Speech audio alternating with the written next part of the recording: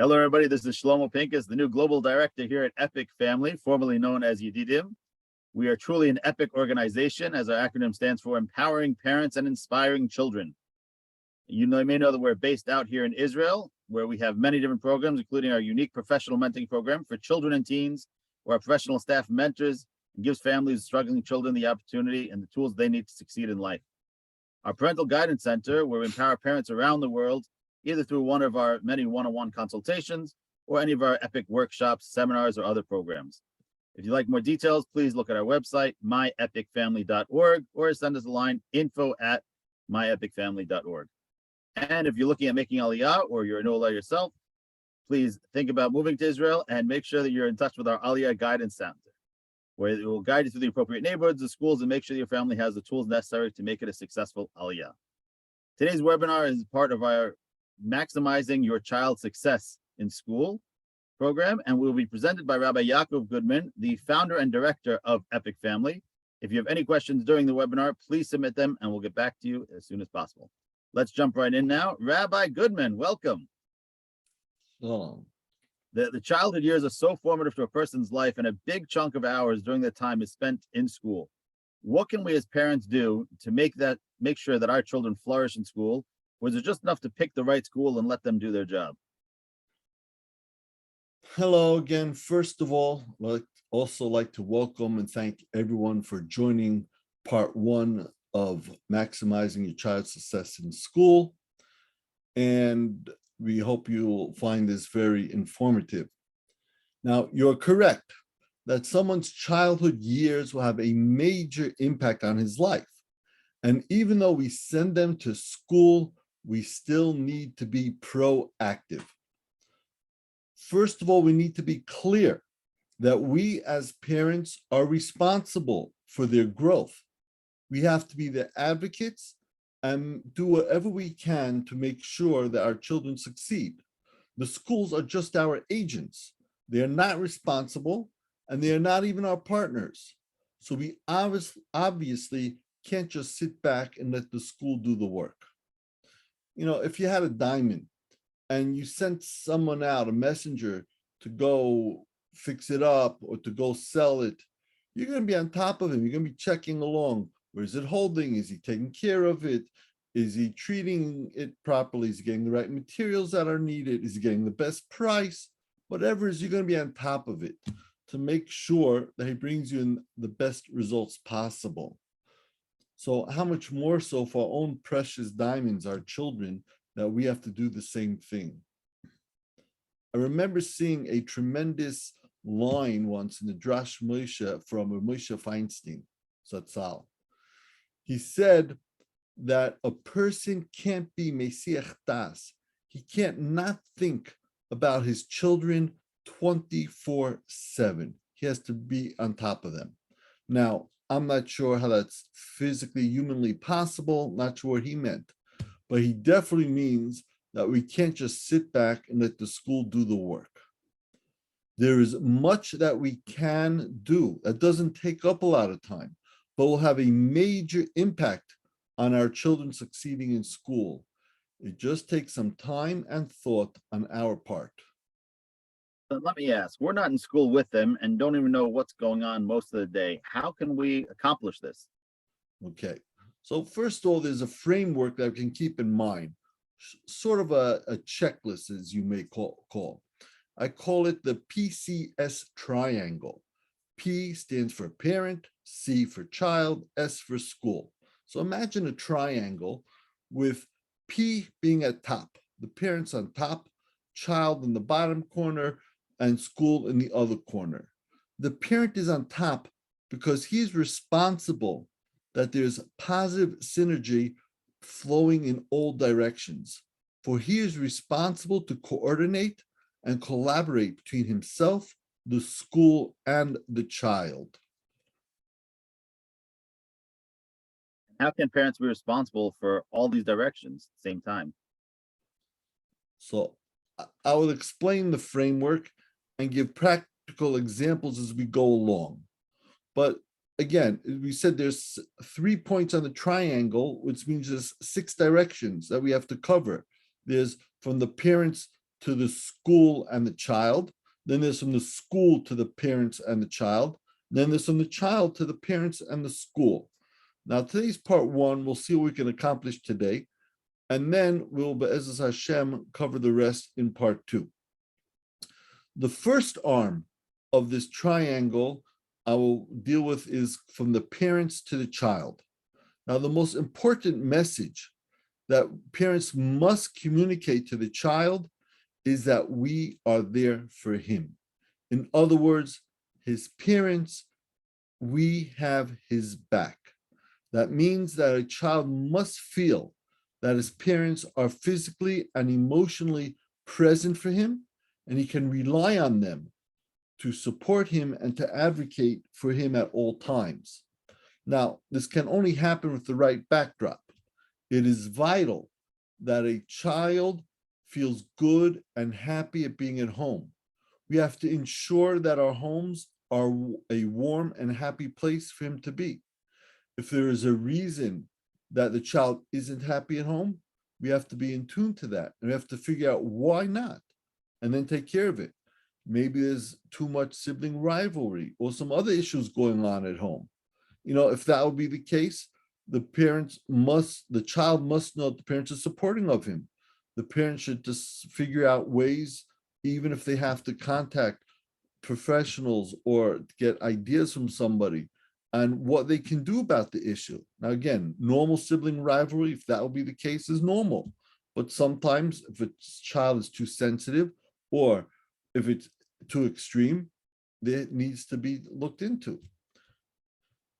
A child once told me that whenever he came home from school, if he saw his father's car parked in front of the house, it put him in a bad mood, since he wasn't crazy about being home at the same time as his father, and he put off being at home as much as possible.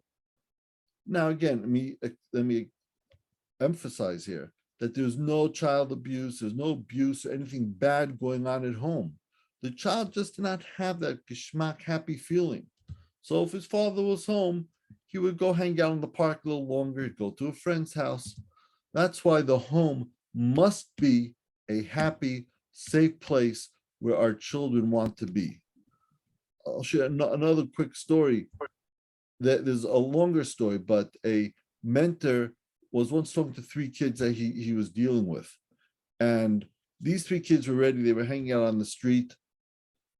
And he asked them, do me a favor. You say that the street is such a strong pull, such a strong allure. Tell me what I can do to protect my children to not fall into that trap of wanting to go into the street.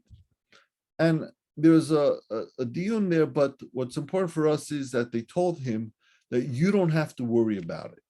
And the mentor said, why not? You told me how important it is. So they told him that we see what your house is like. We see what a loving and warm place it is, what a geschmack place for your children to be. In such a home, that doesn't compare to anything on the streets, and your children will not have any rotzen to want to be out there. Then how do we impart this message to our children that we have their back, that this is a safe place, a fun place to be? So first of all, our actions will impact that message, will impart it to them. Our actions will speak louder than words. But before we can impart this message with our actions, we have to first know our children. To this, we need to simply talk and listen to them. Do we know what classes they like, what classes they don't like? Do they know which teachers they do like, which teachers they don't get along with? Do we know which subjects are their favorite and which ones they struggle with? Do we know who their friends are and what type of people their friends are? Obviously, we must show interest in our children's lives because we honestly care about them, and not be invasive or controlling, but we have to know all of this. Then how do you ensure they feel comfortable discussing these issues with us? So firstly, when we show interest in their experience, and I'm going to emphasize the big word here is to validate. You have to validate their feelings without lecturing or giving unwanted advice. then our children will be motivated to turn to us for support. They will open up to us and share everything with us. However, if we criticize the child's actions when he complains about a teacher, or we offer unwanted advice, we deter him from sharing his experiences with us. The key here is to emphasize with the child to show that we understand how he's feeling. After validating his feelings, a parent could then offer to discuss with the child different strategies or actions. What can we do to address the issue? We can ask, would you like me to think of ideas on how to handle this? Don't just throw out ideas. Ask them, do you want to hear ideas? But even better, we should encourage them for ideas. How do you think you should handle this? What do you think we should do? Now, for example, if a child complains he doesn't enjoy a subject or a teacher, don't say that, oh, I love that subject. I love math. Or about a teacher, what do you mean, but he's such a nice person. What do you mean you don't like him? You have to validate his feelings. Show him that you understand how he's feeling. Once a child feels that you get him, you can explore with him how to improve the situation. Again, a parent must be aware that if a child doesn't like a subject or teacher, he also isn't doing well in that class. Telling him to try harder or pay attention in class is not going to help. You need to devise a plan to help him. If a child complains that they hate school, don't say, that's life. This is your lot in life. During these years, you got to go to school, right? You got to empathize. Say, wow, it must be rough going to school every day, even though you don't like it. And you can even be honest. Say, I also hated school when I was growing up, and I was happy when it was over. You could share that with a child. And after validating their feelings, you can have a discussion now. You're going to be in school for several years. What can we do to make the best of it? That shouldn't feel like torture. Have a discussion, explore the different ideas, what can be done.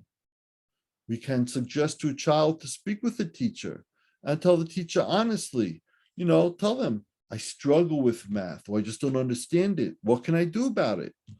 You're empowering your child to come to the teacher with that type of request. Besides maybe coming with the solution, the teacher will be in tune with the child's difficulty, will want to help the child overcome the hardship, and you've empowered the child to take a situation and to know how to deal with it. We just speak to the teachers ourselves, though, about the child's struggles. No, I wouldn't do it right away. Again, we should first offer the child, we could tell the child, what, would you like me to speak to the teacher? Which is a good thing to do. I would assume most of the time they'll refuse. But the knowledge that you're willing to do that, go to bat for them, that again will show them that you are there for them, that you have their back. And even if they say no, say, well, listen, if you ever change your mind, I'm here for you. I will go speak to the teacher about the situation. But you must keep monitoring the situation. Since if it's not taken care of, then you will have to speak to the teacher at one point. But again, it's best with the child's participation or at least agreement. By validating the child, don't you risk, you risk agreeing with the child that a teacher is mean or in another negative way. And as a child complains that you're condoning the bad behavior and the habits. Look, validating the child's feeling does not mean blaming the teacher. We are addressing and showing that we understand what the child feels. Chaim, it's terrible to feel the teacher picks on you. I know that's not pleasant to feel like that. You're not saying anything that the teacher's wrong. You're just expressing that you understand his feelings. After the validation, you should then explore together why he feels like that. Is it justified? And most importantly, what can be done about it? Validating also does not mean condoning misbehavior. Even when children need to bear the consequences of their actions, they should still feel that we have their back. It's not a contradiction to have discipline at the same time as validating their feelings. I heard a tremendous story once about a child was kicked out of school, suspended for 2 weeks. And the principal called the parent to tell him, you're sorry, but your child has to stay at home for the next 2 weeks. the parent, after understanding exactly what the story was, the father ran home to make sure to be there before the child would get home. He got home before the child. And when the child walked in the door, what do you think the father said? The father told him, "Don't worry, we're going to get through this together." Now, imagine if the father would have yelled at him, "You deserve this. You good for nothing. Go to your room. I'm going to give you my own punishment." What are you going to accomplish? The son would certainly feel trapped and alone. Chances are the son won't react in a positive manner at all and will only misbehave more. But if he knows that his parents are there to help him, he will learn from whatever consequences of his behavior are, and he'll be motivated to improve knowing that his parents have his back. I see where you're going with this. So in the direction of a parent to a child, parent first has to know their child, and the child must know that the parents are there for them and have their back by validating them and helping them solve their issues. Is there anything else in the direction of parent to child? Yes, two more things. First of all, we discussed about being in touch with the school when the need arises. But even when there is no need, the children must know that we're connected to the school at all times. The children must be aware that we check in with their teachers regularly. And, I think in one of the other legs, directions, we'll discuss the importance of this and how to do it also.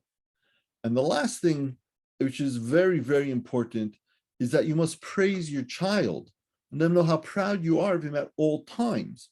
This is vital for his success and necessary for his self-esteem. Honestly, this deserves its own webinar, its own workshop, but I must mention it here at this point since this is vital and it goes under the parent to child direction. So what's the next direction on the triangle? Okay, so we start with the parents. We're going to continue. We discussed the parents to child. Now we'll discuss the parents to school. As I mentioned earlier, the parents are responsible for their child's education. Teachers are only the parents' agents, their shluchim, to educate their children. By sending our child to school, we have not absolved ourselves from our responsibility. As parents, we bear the responsibility to ensure that our child gains the most from their teachers. Now, before we must discuss some practical points, we have to step back and realize a couple of things about our teachers and schools. First of all, I assume that our teachers don't get paid enough. If you know of a school that does pay their teachers nicely for what they deserve, I'm sure that you can count them on one hand and maybe even one finger. We also have to realize that they teach classes that are too large and they are not always sufficiently trained, the teachers. We must appreciate teachers and principals as the unsung heroes of Klal Yisrael for their tremendous dedication for their work in very difficult circumstances. The first thing now is to ensure a positive synergy. Okay, I'm going to pause. The first thing to ensure a positive synergy between you as parents and the school is that you must keep in touch. Check in with the teacher regularly. Don't wait for PTA to introduce yourself. Won't teachers get irritated if we keep calling them, kind of, butting into their business, if you will? So that depends on how and what you say when you speak with them. Firstly, teachers, as maybe not everybody agrees, but they are like the rest of mankind and they are also human beings. All humans need to feel appreciated. Compliments to the teachers, for example, will go a long way. Tell them how much your child likes them or how much you appreciate a certain project that they did in class. You can even send them a note. Better pick up the phone. For extra brownie points, call the teacher's spouse and tell them how much you appreciate their spouse, what they do. Additionally, a small present from time to time is also greatly appreciated. A sefer at the beginning of the year with a message, I thought that you would enjoy this for Rosh Hashanah, can be very meaningful. Don't wait till Purim to send something. Just make sure that you don't buy them a copy of the Dummy's Guide for Teaching. Now, teachers who receive our appreciation with compliments or a small gift will certainly pay more attention to our children. Secondly, if you're discussing an issue with the teacher, show them respect. Don't attack them, even if you may disagree with them. That will get you nowhere fast and will even ruin things for your child. So respect them. If you show your appreciation, you talk to them with respect. And as you mentioned earlier, even ask them for their opinions and what they think that can be done. I'm sure they will not be irritated by your calls. And is there anything else in the direction of parents to school? Yes, this is very important also. It is extremely important that the school knows of any background or issues, temporary, long-term, serious, even not so serious. This includes simple things like, if there's something that your child responds well to, if he's given a certain task, if he's complimented in a certain way, let your teacher know. If it helps your child concentrate or distracts him, let them know. If it gets your child to participate and be a team player, again, let them know. And especially more serious issues. If a child's on a certain medication, if there's someone sick in the family, if a parent is away, or there's something which is not the regular routine in the family, for whatever reason, let the school know. Their knowledge will only help your child. Now, I recently heard of a case where a Rabbi saw that a student who was a good student was all of a sudden he's distracted in class. He couldn't concentrate in class.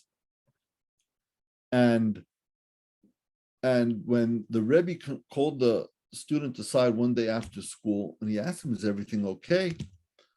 And the child told him that his parents have been separated for the last few weeks. And on his way to school, on his way home, his father's always there with messages to his mother, and he's come this go-between, he's a ping pong ball, a very unhealthy situation for a child. But this additional pressure is going to definitely affect the school, and the school had no idea what was going on. The school should have been notified about the situation in order for them to give the child the support that he needed. To sum up, the synergy between a parent and the school is to be in constant contact with the teachers, appreciate and praise their efforts, so you be in contact in a positive way, and then to make sure that they're aware of any issues and needs the child might have at home, sudden changes, regular changes, or even issues the child might have on a regular basis. Is there anything else? No, but I'm open to if anybody here has any ideas or comments, I'll be happy to hear them. Please.